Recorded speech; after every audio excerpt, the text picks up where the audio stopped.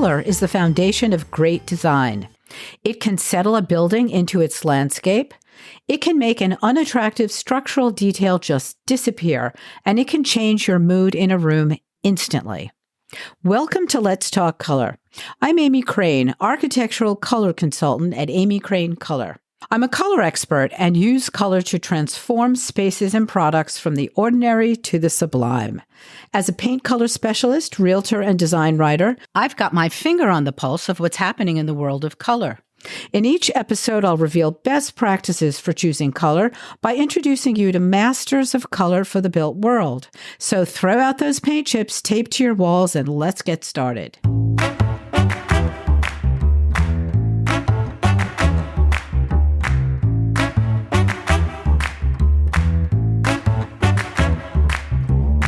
When I first learned about the profession of architectural color consulting decades ago, there were two names I knew in the field. One of them was Eve Ashcraft. My knowledge of Eve was rekindled by an article in New York Magazine back around 2012 during my own color training when I was still producing TV commercials. The article highlighted the interior color Eve chose for a TV commercial director who had worked at the same company as I. I told Eve there wasn't another color consultant I wanted as a guest on this podcast. She's been working in the world of color for over 30 years with esteemed clients like Martha Stewart, Ralph Lauren, the Art Institute of Chicago, as well as architects, interior designers, and countless private residential clients. Eve says her favorite color is the one that works. Hear, hear. Welcome, Eve. Hi, thanks for asking me to be a part of your podcast. I'm excited. Let's start by talking about your career. Your work for Martha and Ralph was pretty early in your career, I think. Yeah. How did those projects come about? Yeah, actually, people ask me a lot about how you end up doing something as sort of esoteric as what we do. And I didn't really make it happen as so much as it happened to me. And that is because, like everybody from art school in my era, I came right to New York and started doing a lot of freelance work to keep my studio going. And one of the people that I ended up doing a lot of work for was Martha Stewart. And it was sort of early days for her. And I did all kinds of things, like stenciling on chairs and painting backdrops for, photo shoots. And Martha pretty quickly said, you're really good with color. Why don't you help design a paint line for me? And so we ended up doing this thing called the Araucana Colors that was produced by Fine Paints of Europe.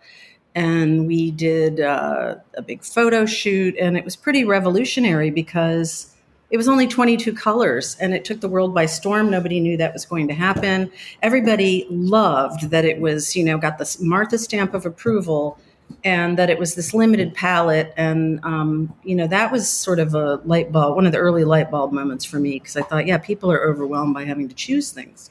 So what happened from that was all of a sudden, people found out that I was behind that, working with Martha, and people just started saying, hey, you're good with this. Can you come help me? And so it was a pretty organic beginning. And it was a little overwhelming because it just started, and then I found, this is really an issue. People really, really want help with this. And it was also something that was relatively easy for me because I just sort of see color, it's in my family. And so that was sort of the origin story. And then later I ended up reworking the Ralph Lauren paint line. But that was a few years after I was sort of more established.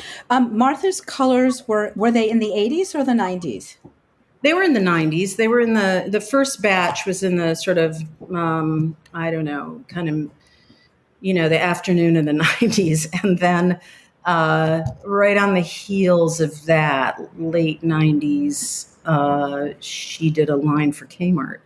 And that was fascinating because she said, well, the Araucana colors did really well. Let's make a bigger palette, which was 256 colors. And then she said she was going to do a deal with Sherwin-Williams and Kmart. And we were all sort of flabbergasted, like, oh, Kmart, what's that going to be like? But it was actually really great. I mean, she was so revolutionary about bringing, really high design to this mass marketplace. And, now that's so normal for us. Everybody's doing design deals with Target Right. and whatever. Right. But then it was just so radical. And, it was an amazing opportunity. I mean, I just felt like I was in the right place at the right time. Absolutely. That's what I was going to say. You know how many times I've gone on to eBay to try and find, do you know what I'm going to say? Those Martha Stewart colors, they're no one, if they have them, they're not getting rid of them. I want them so badly. I know I have a cherished, well-worn set, and they're really just for posterity's sake, because you really can't get those paints anymore, but who cares? Because they're inspiring. I mean, one of my favorite things was also really hard. Two things I'll say about that. One thing that was really hard was having all the swatches in my studio and then organizing them for the color sheet, which was kind of radical. Also, it was this sort of like 24 by 24 folded brochure that had every little swatch tagged on it, but they had to all sort of run in this rhythmic order. And so I actually loved doing that. It was hard because the colors weren't, they had no real typical, rhyme or reason. They were really based on things Martha liked and, all kinds of crazy things. So it wasn't like a paint company going, 10% lighter, 10% bluer. So they were all over the map, and we kind of had to make our own color map. That's interesting. What stands out in my mind, whether true or not, is that it was kind of heavy in that color family I love so much, the blue, green, and green blues. Totally Martha. I mean, it was a very personal color palette, I thought. And she would come to the studio, and I'd have all these hand-painted swatches, on all these boards all over the studio. And she'd come in and take some down, and then she'd laugh. And she said, I know what you're going to do. And I said, you do know what I'm going to do. As soon as you leave, I'm going to put them back up. And so we had this very funny back and forth thing, because she could be a little formidable, but once you sort of give her a little pushback. So we got along really well, and it was a really fascinating process, because she'd say things like, I have this drabware, china that I absolutely love. Can you make it into a paint color? Or I have this sweater, or I have a cat that I think is a beautiful color. I mean, just nuts. So, the Araucana colors generated from a basket of eggs from Araucana chicken. Right. So Right. That was very personal. It was before her company was corporate. The whole thing had a great kind of creative backbone. Funnily enough, my first job out of college was at Crown Publishers, and I was in the production department. And a book that was published right when I was there was Entertaining, her first book.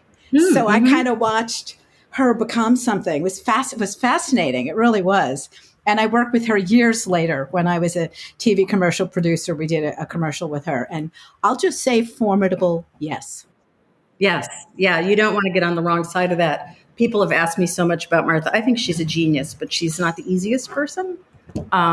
So, you really have to, the bar was high, let's put it that way. Right. Something I was going to ask you later, but since you brought it up, there you are in your studio mixing colors to present to her. So when you come up with custom colors, are you mixing in tempera paint or something else that is not common household paint that later gets transcribed into household paint? How does that work? A great question. Because I was so concerned about being able to replicate the colors, I mean, this because it's trade talk, but the way pigments sit in different kinds of bases, they might feel more reflective, whatever. House paint is a fairly dumb creature. It's not filled with nuance. And I knew that, okay, so we're going to be using this waterborne, paint. It's not like fabulous oil paint. So what I did, for the Martha project for sure, is I started with regular house paint, and I used universal tinting colors and other kinds of waterborne, pigmented things like acrylic paints, things that were not too exotic, so that I was able to make colors that the lab wouldn't have a big problem with. So, and once we had all the sort of swatches that went into our kind of color Bible, and Martha approved them, then the next interesting thing was having all that go to Sherwin-Williams or Fine Paints of Europe. Fine Paints of Europe wasn't so hard because it was 22 colors. With Sherwin, it was much more laborious. And so we would just go back and forth with all these shipments. And then eventually I ended up in the lab with them, with their color people, making sure that we all saw the same thing. I love it. At the end of the day, it all boils down to the human eye. You can have all kinds of gadgets and computers and things, but it's really, everybody has to look at it and hopefully see the same thing. Does it match? Or is your version even better than the original, whatever, and so that we could get to the point where we had static formulas. Got it. How do speaking about your career, how do clients find you now? Obviously, 30 years later, there's a whole echelon of people who know who you are. From a big project that's commercial to someone who owns a great house in Kennebunkport, how do they find you? That's a great question. I had an assistant years ago when she left and she was going off to do something interesting. I said, "So do you have anything to say to me? Like, are there any things you think I could improve at?" And she said, "Yeah, you're really terrible at self-promotion."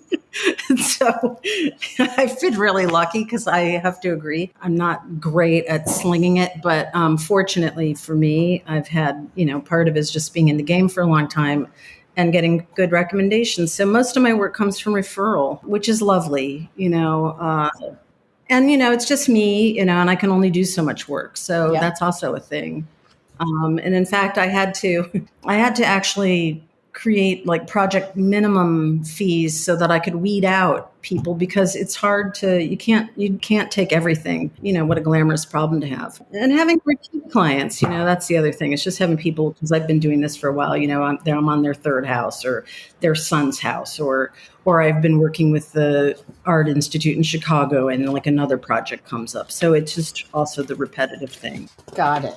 Tell me, how, as a young person straight from Michigan, how did you get a studio in New York as a young person? Who can afford a studio in New York as a young person? Well, it's interesting. I went to RISD, so I studied painting, and I did what everybody did, get out of art school. And then my dream was always to go right to New York. I didn't really want to go back to the Midwest.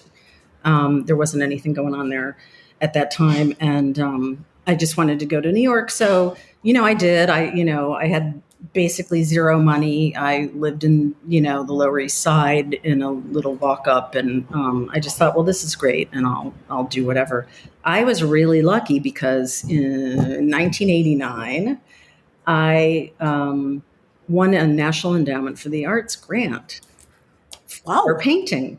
And It was a whopping $5,000, and that was just enough for me to get a studio space downtown in a little, at that point, which is a little loft space on the edge of Soho, between Soho and Little Italy.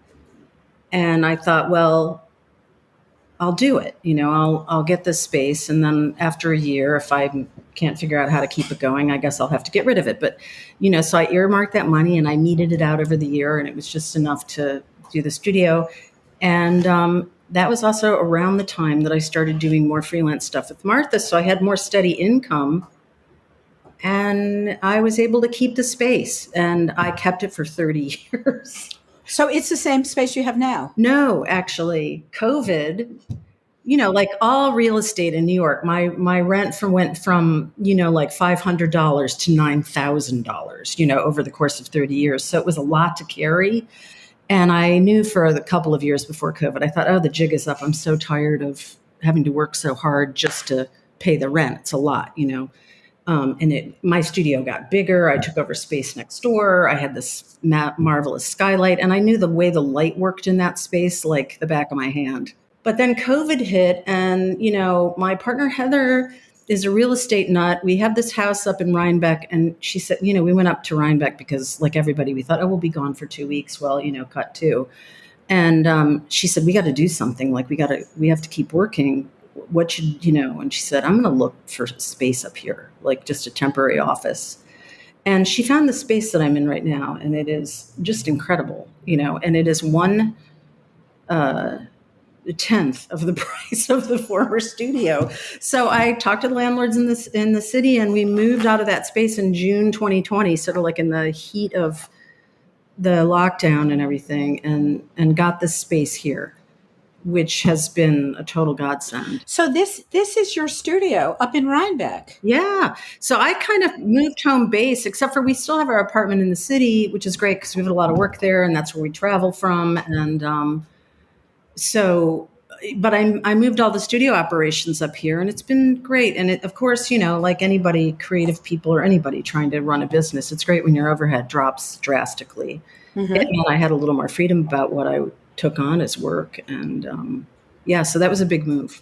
I know that you worked on product color for a lighting company. How does working on products differ? I mean, I know working on the paint was a product, but do you collaborate with sales and marketing people? How's the process different? Yeah, that's a great question. Yes. And I was doing this with a company called Urban Electric Company, and they're based in Charleston, South Carolina, and they're a privately owned company, like a family. They have a great ethos in terms of how they develop their products, and it's just a great fit. I absolutely love them, and their creative director actually is based in London, Michael Amato, and so Michael would travel here. We would meet either in Charleston or Rhinebeck or New York City, and we talk about things from a creative angle. And then, yes, marketing and sales were a part of it, but we tried not to let the tail wag the dog. They're a very creative forward company, and that's a wonderful place for somebody like me because it's great to not have to be a slave to like marketing research about color. Which I find really boring, but and Michael's a great team, mate in all this, and it's a fascinating process because it's so different than paint color on walls because of scale and the way that the materials are used, and when you're using sort of shiny paint around a curved small object, it's very different than somebody's living room. But I like it. I like switching up like that. Did they give you actually whatever coatings that, I mean, I don't know if the stuff is powder coated colors or what what kind of materials are you working with when you're developing the colors? Yeah, that's also interesting because I thought a lot about that because it is that shift, like thinking, oh, if we're gonna replicate this in house paint, let's try to work in house paint. Well, it's not like I'm going to set up a powder coating spray shop. So right. What I did was I actually worked with really saturated, like flash, that flash paint, like saturated waterborne paint. And then I put a sealer over it to see what it would do when it had sheen, because that always affects the color. I mean, I was trying to approximate finishes, and that was sort of half successful, half not. And then I started talking to the lab there and saying, how are you guys replicating this? Can I send you some painted swatches that are maybe kind of a satiny finish, and can you send back some samples on metal in the paint that you're working with? And they said, oh yeah, sure. Tell us a story about working on Moynihan Train Hall. For those who don't know, this was the repurposing and redesign of a portion of the main post office in Manhattan to become an expansion of Penn Station, the main commuter rail hub in New York. How'd you get involved? Who'd you collaborate with? I think I read or heard that the scope of the job expanded once you got started. Tell us about it. Completely fascinating. I feel so lucky when I get a project like that because it just opens up. For me, it's like, oh, wow, that's a thing, like all of these considerations that go into something that massive. I remember the first time I went to the site, it was almost like a medieval cave it had 2,000 people working inside with like full scale, earth moving machines and things. I mean, it was extraordinary because what they did was they took out the inside of a massive post office. And then it was Skidmore was the lead architect, and then all kinds of other firms under the umbrella doing different aspects. David Rockwell was doing like the train lounge. I mean, there were just so many people involved. So I was one of legion of people. And And I actually, to tell you the truth, I don't even completely remember how I got involved in that project because it was like the telephone game. People called, oh, so and so recommended you this, that, and the other thing. So the next thing I know, I'm sitting in there with a hard hat on. And I worked on it for about a year and a half, and it went from everything, sort of the initial thing was what color should the trusses be that held up the whole inside of the building. And they were like kind of these big riveted iron steel columns and trusses were the kind of the only vestiges of the old building that had been kind of excavated out, and they wanted to maintain them. And so this was all about like what color gray, a color that you don't even notice, but it was a big thing. And we did all kinds of tests and, in this wild construction site. So that was one thing, but then it led into a lot of wayfinding colors because the architect said, oh, well, we're doing this whole wayfinding palette. Can you put your eyes on it? And I said, sure. And they showed me a couple of versions of what they wanted to do.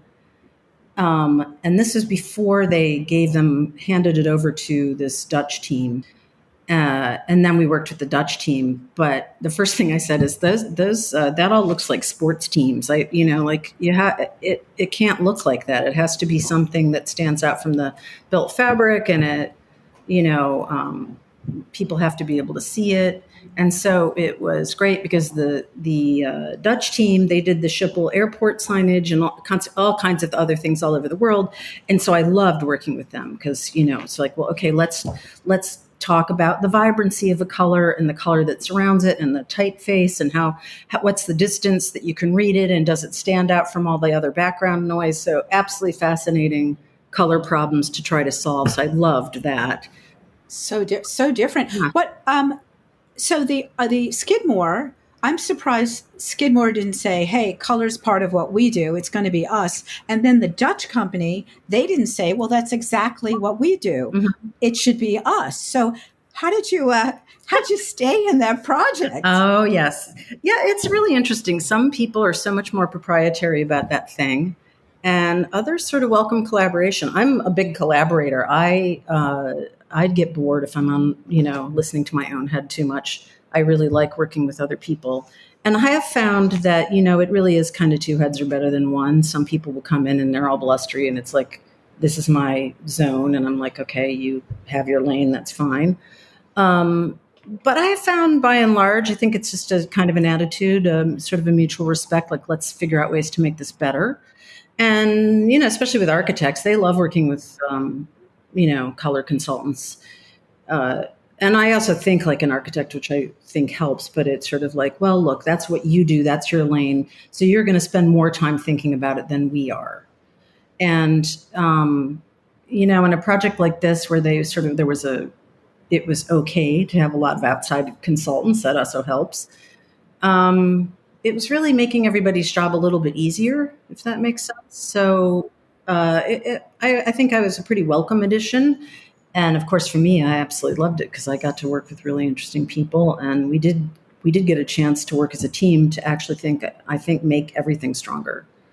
And, even though, my issue is color, I often kind of step out of bounds and comment on other things because I see it as all related. It's a pretty holistic world we're in. You can't just only look at color. So just in terms of a design team, that so the projects are sort of only as good as the team assembled to make them happen. Gotcha. Well, actually, that segues into something I was going to ask you later on, but I'll ask it now. You've worked with some or one or a few interior designers. I have to say that I've been hired by retired interior designers for their own home.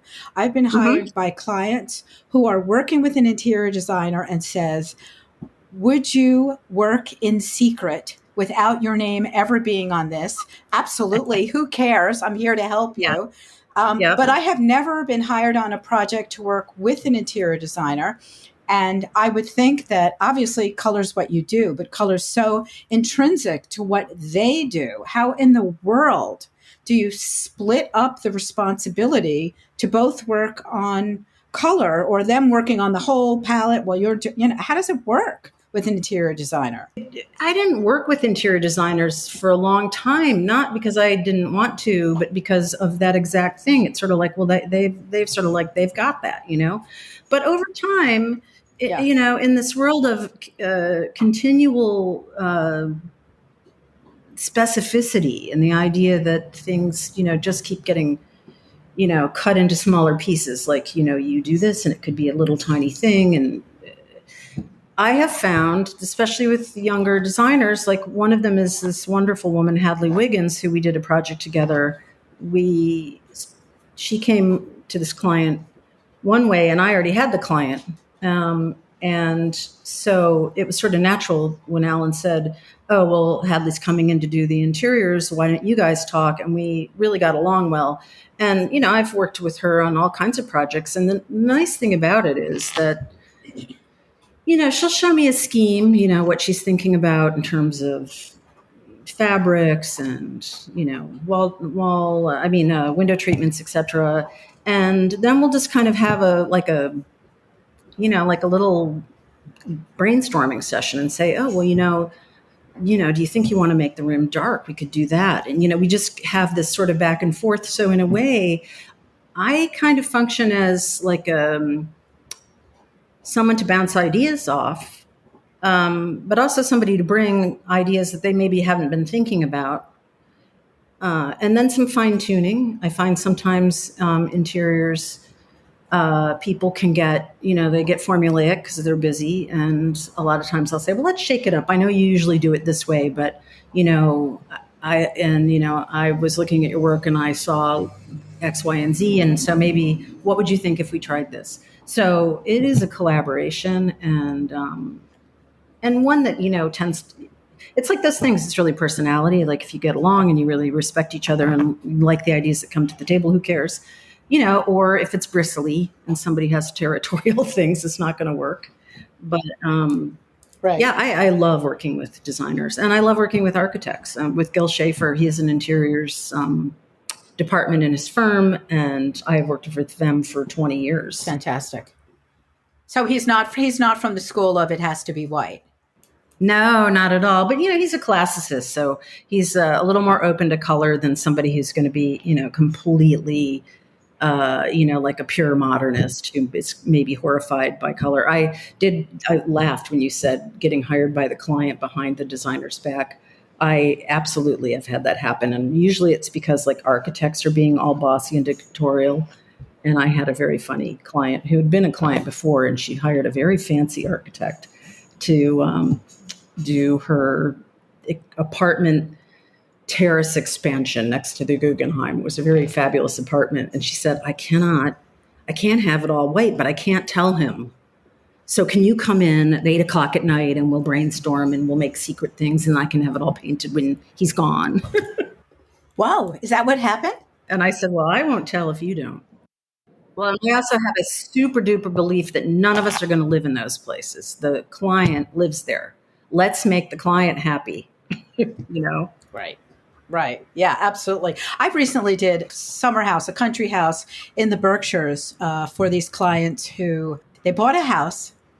Then soon after, they wanted to slightly expand and renovate the house. And at the same time, they had hired an interior designer, local, who had done sort of mood boards to get them started. Now, when I came onto the project, they were saying things like, oh, we're not getting new furniture. I think expense-wise, it had gone too far, but he was there doing mood boards for tiles, for wall color, like general and specific. Mm-hmm. And I got contacted by him saying, it's not working with the architect and us. We'd like to recommend you. We're going to step back. I was like, okay. I mean, over here, great. Over here, warning signal. So they brought me on and we did the colors. It's not finished yet. It's painted, but I mean, they're doing finishing touches. And the architect was very respectful of me. But when it was time to, I think we had chosen the colors already, but there was some kind of walkthrough that was happening. It wasn't painted yet. She was there. I was there. And she said, I'm not going to get in your way because you're doing the colors, but I have a point of view about the colors in more general sense. And then she went on and described how she wanted three colors, not which colors, that was me, but three colors in the kitchen: walls, soffits one color, walls one. And the client saying, don't worry, don't worry. And then she left, and they said to me right away, we're not into it. And I said, okay. There was, of the things she talked about, there was one thing I thought was interesting. Let's go into that space and see if we want to do, a little bit of what she said here. And we did. We embraced one small thing she said, and that was it. And I thought, this is so strange. So that was it was only the second time I worked with an architect, and boy, it goes really differently each time. Yeah. Yeah, it's so true. Every job is like a brand new snowflake. There is no template really for how, kind of. But, I have the same experience. I also have that same experience where I get hired sometimes because I'm a bridge or a translator. I get hired because the architects can't work with the client at the color level, or they're trying to figure out how to make the client happy, but the client has developed some kind of distrust, or something's going on. And a couple of my friends who are interior designers, they nickname me the client whisperer, which I always it's probably just my Midwestern sense of diplomacy, but and also just kind of an awareness. Color's like a third rail for people. It makes them go crazy. They can be completely fine with all kinds of other aspects of the project. Then it gets to color and everybody goes nuts. So I already know that can happen. People develop like what I call the color emergency, like they'll have a meltdown about like a ceiling color at 2:00 in the morning. It's like, whoa, you're spending X number of tens of thousands of dollars. And now all of a sudden you're worried about like the powder room color. Just calm down, but color's some kind of trigger. It's personal. It gets to people in like some kind of interior way.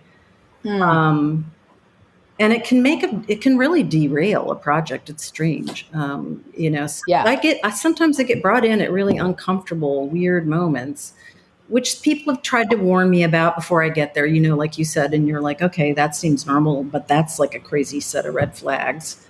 Knock on, paint decks, I think I've been pretty lucky, trying to decode these things. But there are plenty of days in my work life where color is the least of it. Politics. Yeah. Diplomacy. Yeah, it's psychological somehow. And husband, wife. Whoa, sometimes that's. Oh, yeah. I made a townhouse once where I was like, okay, you two, I'm working with you for the top 2 floors and you for the bottom 2 floors, and you can figure it out after that. I mean, they couldn't all be in the same room together. It's sad, but it's hysterical. Definitely. Yeah. I interviewed the director of exhibitions at the Clark Institute of Art, and it was so fascinating because we talked about last summer there was an Edvard Munch exhibit at the Clark. I don't know if you saw it. It was just incredible. I didn't. And the art was great, but the wall color was really impressive. So she agreed to be interviewed. And it was really fascinating to talk about her process, their process, what's important, what's not, what's your goal with picking those colors and all that. And I know that you did that really interesting project at the Art Institute of Chicago. You created a little sort of installation, as it were, to hold Georges Seurat's pointillist masterpiece, Sunday afternoon at the Grand Jeté. What was your approach to picking the paint color, and did they have one? Did they give you marching orders, or was it broad? Well, it's interesting. Fortunately for me, I was brought in by the top guy, James Rondo, who is the director of the museum. And it's because I met him at a client's lunch on Long Island. It's one of those things. And so James said, oh, what you do is really fascinating. I'm going to call you. And he did. And he said, will you come to Chicago and talk to us? The reason I'm saying it was so great to be brought in by James is because, a museum is based up, it's like little, fiefdoms. There are all these curators, and they're really smarty pants people. And they've been doing, a lot of them have been doing it for a long time. They have real, ideas about what's going to happen with their special exhibitions or their departments. And so I really was very aware that I could potentially be stepping on toes. But because James was new at the helm and he had some ideas about kind of refreshing the museum, he didn't tell me what we were going to do. We just kind of walked into a gallery space and he said, "This is a jewel in the crown for us." And of course, who doesn't know that painting? And he said, "But it's dying in here and we can't move it from this gallery for all kinds of reasons. So what can we do?" And this is where I jump out of my lane. The first thing I said to him was, "Well, I think you have to change the frame." I said, "I think you have to change the profile of that frame." And Barbara, who was another client who referred me to James, she was cracking up later. She said, "Oh, you really have some stones," telling him to do that. Um, but I said I couldn't help it because there was no way we had to be able to bridge from the painting to the color around it and kind of exert a little more control over those things so the painting could be a little more liberated so that you could see it. So the frame was the first thing, and then the actual physical way the space was being handled was the next thing. I said, I think we have to make an architectural move here where we build out kind of a plinth wall that separates that painting's display space from the rest of the gallery and creates kind of visual hierarchy. It also would allow us to make that plinth wall a slightly different color from the rest of the room because I felt like, depending on what we did, the color that would maybe best support the Syrah might not be so great for the rest of the room. And so, my approach was through sort of some of these physical conditions so that I could have a setup that would kind of be a setup that would provide for a more sort of successful outcome for the color that ended up going around that painting. And one of the interesting things in terms of diplomacy, as I think all along I knew it was going to have to be sort of a mid-tone neutral because the painting is, nothing but a billion specks of color. And so I did an exercise because James was really kind of hell-bent on this idea initially that the painting would really sing on a bigger, bolder color, like a more chromatic statement. And I was like, oh, well, let's do a little exercise where we, make a scale model and we look at, this replica of the painting on different colors. And of course, what's so cool is every time you put it on another color, it triggers some aspect of that painting. Like if you put it on a green, then you see all the greens come to life, or you're very aware of all the reds because of the contrast. And so we went through that, and I did that as an exercise to get past just the verbiage of saying, "Oh, James, here are the reasons why that's not going to work." I thought, well, let's just look at it. I don't want to just explain away these options. I think we should look at them. And, we ended up back at this kind of coolish mid-tone gray that just gets out of the way of the painting. But what's the rest? What's the rest of the room? How does that color tie in with the room? It's also a gray, but it's a little lighter. I might have that reversed. I reverse a lot of things. But in any case, there's a tonal shift. I think it's darker behind Syrah and a little bit lighter in the rest of the room, which is just kind of a way to push the space. And because I wanted to create a sense of the plinth being just that much more kind of individual. So it doesn't look like a big move, in terms of what happened behind that painting, but it really was a process, and it was fascinating. And you've gone back to do more things there? I have. Like early this year, I was there working with their graphic design department because they were doing a sort of brand refresh, and we got together to discuss the branding color palette and what moves to make there as they sort of kind of refresh their identity. And fun. So yeah, it was fun. I mean, even just talking about like the colors of the walls in the gift shop, just all these things that are always a part of it. So yeah, and nothing on the docket for what's next there, but I imagine they'll call me back because we have a nice relationship. Do you use your own homes to experiment with color? Do you change your home colors a lot? Yeah, actually, My wife Heather is also in the creative world. We do some interior design projects together, actually, but I secretly kind of hate interior design as work because it's too many details. But we do some work together, which is great.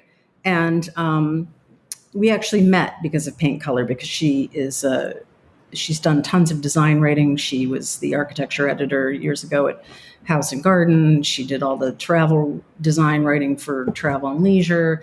So we got together when I was working on my book, and it just so happened that her house in Rhinebeck, I walked into it, I thought, oh wow, all these colors, they look like the colors in my little paint line, and we just have a very similar aesthetic.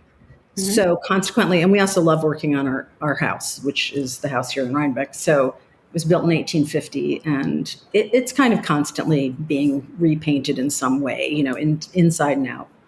I always feel like the house is like, oh no, here they come again with the brushes. So I wondered what your company together was and how you split up the working together.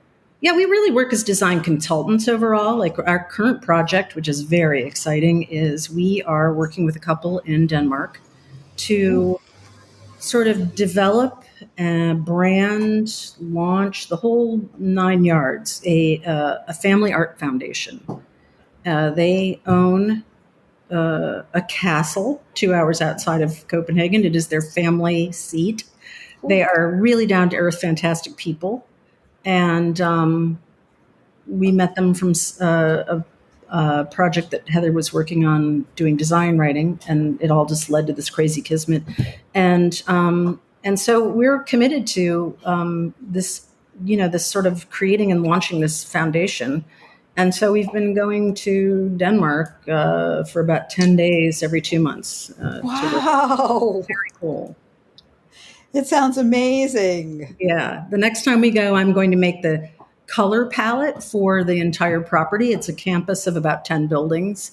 And so that'll be really fun, like dealing with the history of the colors on the buildings, sort of figuring out what sort of the sort of brand color for the foundation will be based on sort of doing some research in their archives. And yeah, I couldn't be happier. It's really fun. And it's really fun to be doing that with Heather.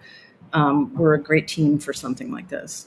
The foundation is going to give classes. What will it Well, do? it's called the Valdemar Foundation for Art and Culture, and it will host exhibitions, primarily visual art in the beginning.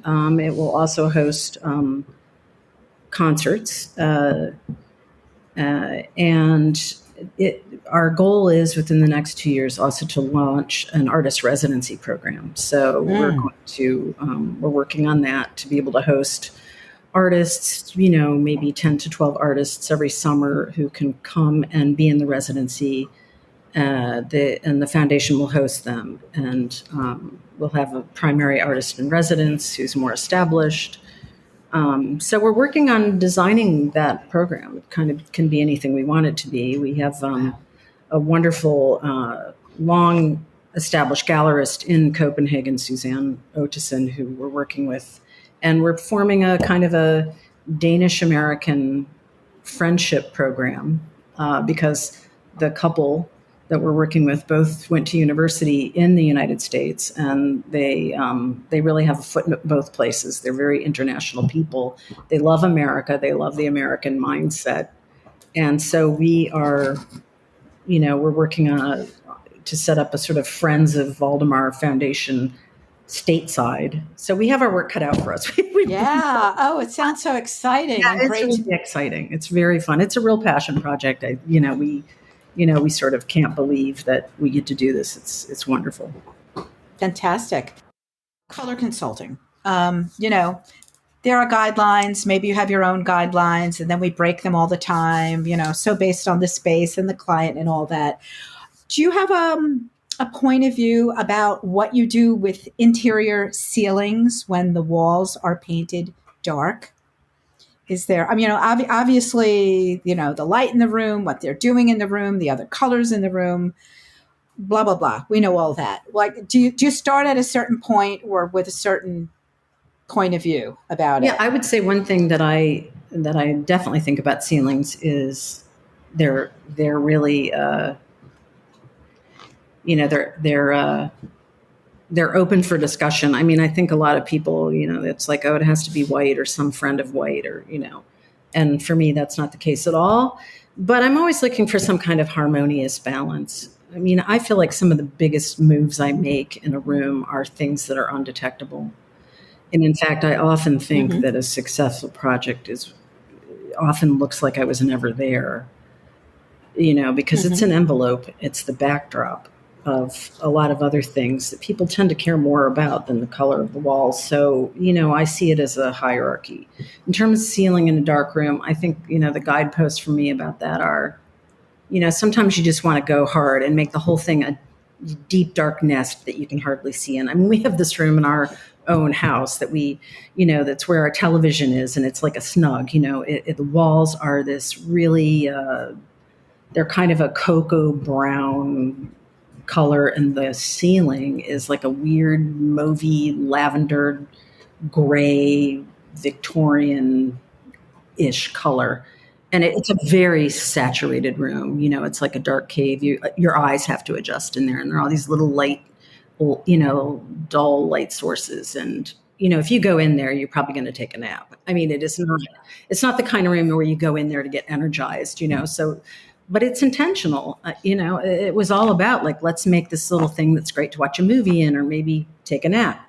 Um, and everybody loves that room, but it's not a room you'd want to be in 24 hours a day by any stretch of the imagination. So I think, here we go again. It's like, is there a rule? No, because it's like, how do you use the room? What do you want from it? And, in a dark room, sometimes you have to balance it by opening it up at the ceiling and making it lighter just so that it doesn't become that kind of cave. Mm-hmm. I think it's what the end point, the goal is. Right. And accent walls, a lot of people very, people are feel very strongly, which is so, They which is do. so, which People is so get like funny. furious at them. And you're always reading like they're in, they're out, they're in. Oh my God, you want to give me one there? Aren't they out? All that. I mean, I think for me, in the right space for the right reason, they are just wonderful. Whether it's a like Mhm. mid mod and you just want to, there's a freestanding wall. I mean, it came from film, so you talk about return walls Absolutely, and of course. freestanding walls. It's such a great place to blast some color, but I don't, to that degree, I don't really care about what's in vogue or not trending or whatever. Either you can't. Yeah, I don't think you can be us and be following that stuff, because it's too limiting. yeah, But, yeah, yeah, oh, I think it's so funny. People get furious about accent walls. Everybody has an opinion. yeah. I feel exactly the way you do. I feel like if it's right, great, do it. I don't rule out kind of anything. That's why I always say, people say, "What's your favorite color?" And I always like, it's the one that works, because you can't really say, it's sort of like if you were writing music, you wouldn't say, "Well, I hate a G flat. I'm never going to use it." Yeah. You can't rule anything out, because it just hamstrings your ability to do a good job. So, yeah, it's accent wall. It's like, yeah, if it's right. I mean, somebody invited us over for drinks last night, and of course it gets to the like, let me show you my house, and of course we get into one room, and she said, I was just wondering what you thought about. I was thinking of doing an accent color on this wall, and Heather and I both looked at each other, because we know, like, oh, here come the design questions, and we were like, well, not that wall, that wall. Both of us said it at the same time. Because so much of it is about the architecture. I mean, sometimes people will plop a color on a wall and it's like, oh, Yes, don't do that. It just highlights the irregularity of the wall. yes. Or, yeah, it's so random looking. It's got to be intentional. I think the architecture has to be pretty regular in order to hold it correctly. I mean, so there are a lot of places where I would just think, no, don't do it. Make the whole room a color, or whatever, but don't just, randomly do that because you like the color or whatever. So I let the architecture be the boss usually on Is there any kind of space that you would like to work on, interior or exterior, that you haven't yet? that. I just thought of something so crazy. I can't tell you how many times I will drive through a small, this is going to sound nuts, drive through like a small town like Rhinebeck or something, that little main street. And in my mind, I repaint all the buildings. You know, I think it would be really interesting without being like a dictator to be able to sort of work with a little village about sort of creating a harmonious without being slavish. I don't mean like every sign has to be in gold, but I often think about that context. Like there's sometimes you go through a little town and you're like, "Ah, God, I wish that building wasn't that color because that whole block would be so pretty if it did this, that, or the other thing." So I can't help it. I'm always kind of contextualizing like that. So I think that could be really a sort of cool project. Wow, that's a great idea. All right, last question. What color white are your walls there?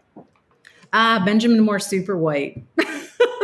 That's what my kitchen was in the city. That is a clean white. It is clean, but it's interesting. It was my old studio color too. It's just so neutral. It doesn't really go blue. It doesn't go warm. I hear you. Yeah, and it's also I'm always trying to figure out one thing I miss here. I have northern light and then the back window, which is the south. And in my old studio, I had eastern light, and then I had this great 8 by 6 foot skylight. So and my work table was on wheels, so I could kind of move it around in this kind of sort of sundial way. So here I've got really these fixed cardinal points, and I'm always working on how to illuminate the space in a way that supports work. But I really prefer working in natural light above anything. I don't like artificial light at all. So, sometimes I'll actually take a project back to the house so I can see it in different, in different light angles, but yeah. So that's all white intentionally because I need to be able to reflect, to bounce light around in here.